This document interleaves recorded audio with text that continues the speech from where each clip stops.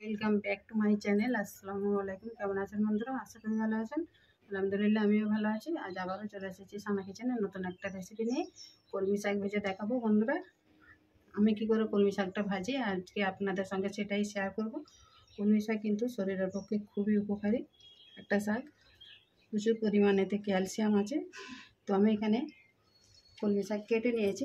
আমি এরকম মাঝারি সাইজ করেই কেটেছি, খুব বড় করেও কাটিনি আর খুব ছোটো করেও কাটিনি।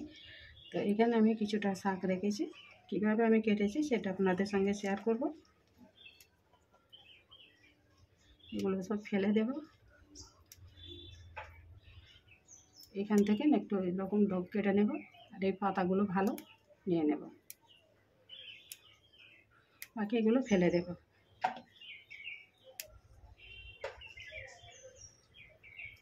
শক্ত এগুলো থাকলে কিন্তু ভাজাতে ভালো লাগবে না।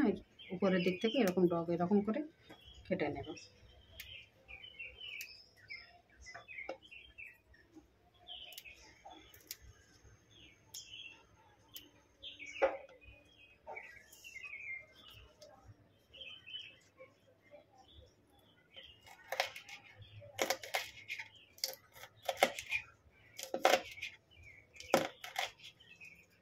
গরম ভাতের সঙ্গে কিন্তু এরকম কলমি শাকের ভাজা থাকলে ভালো লাগবে। বিভিন্ন রকম কিন্তু রেসিপি বানানো যায়। কলমি শাক নিরামিষ, কলমি শাকের বড়া, মাছের মুড়ো দিয়ে কলমি শাক। আমি আজকে ভাজা বানিয়ে দেখাবো। প্রথম থেকে শেষ পর্যন্ত দেখার অনুরোধ রইল আপনাদের। ভিডিওটা স্কিপ করবেন না। সব কটা কেটে নিয়ে আমি এইভাবে দেখুন এখানে কড়া বসিয়ে দিয়েছি আর বেশ কিছুটা পরিমাণ সাদা তেল দিয়ে দিয়েছি। শাক ভাজাতে একটু তেলের পরিমাণটা বেশি হলে খেতে ভালো লাগে। তাতে আমি শুকনো লঙ্কা দুটো ফোড়ন দিয়ে দেব, একটু ভেজে নেব।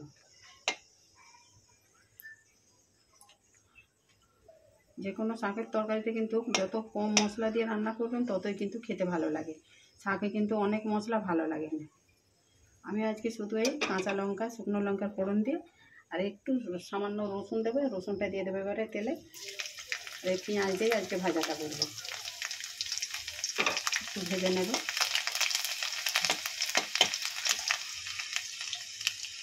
এবারে পেঁয়াজটা দিয়ে দেবো।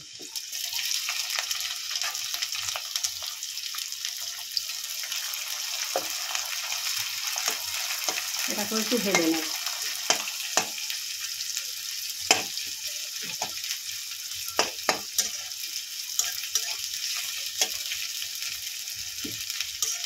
আজকে কিন্তু শুকনো লঙ্কার স্মেলটা খুব ভালো লাগে।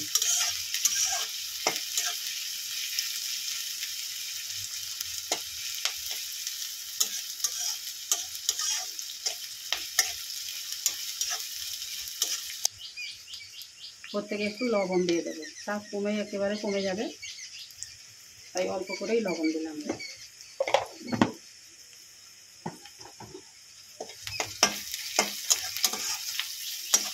এটাকে আবার একটু নেড়ে চেড়ে নেব। তো পেঁয়াজটা কিন্তু বেশি লাল করে ভাজবো না। কলমিটা কিন্তু ছোটো থেকে বড় সকলেরই জন্য কিন্তু খুবই উপকারী একটা শাক। দেখুন পেঁয়াজটা ভাজা হয়ে গেছে। এইভাবেই আমি ভেজে নেব হালকা করে। এবারে এর মধ্যে কলমি শাকগুলো দিয়ে দেবো।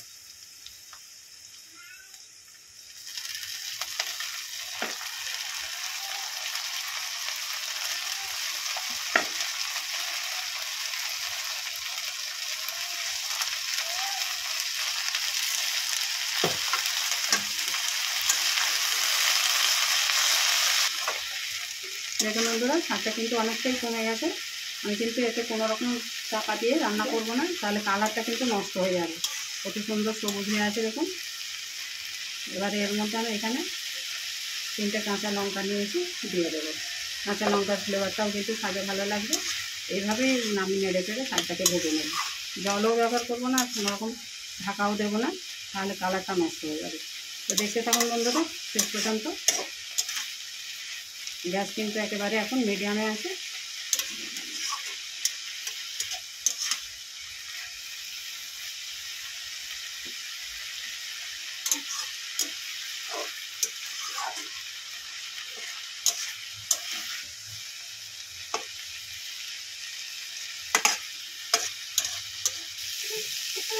তো দেখুন বন্ধুরা, শাকটা কিন্তু আমার একেবারে ভাজা হয়ে গেছে।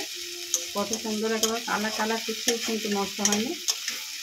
এই কলমি শাকের রেসিপিটা কেমন হয়েছে বন্ধুরা কমেন্ট করে জানাবেন, আর লাইক শেয়ার করে দেবেন। নতুন বন্ধু হলে চ্যানেলটাকে সাবস্ক্রাইব করে পাশে থাকবেন, যাতে আমার এরকম নিত্য নতুন ভিডিও আপলোড করলে আগে নোটিফিকেশান পৌঁছে যায়। ভালো থাকবেন, সুস্থ থাকবেন। আবার আসবো খানা কিচেনের নতুন একটা রেসিপি নিয়ে।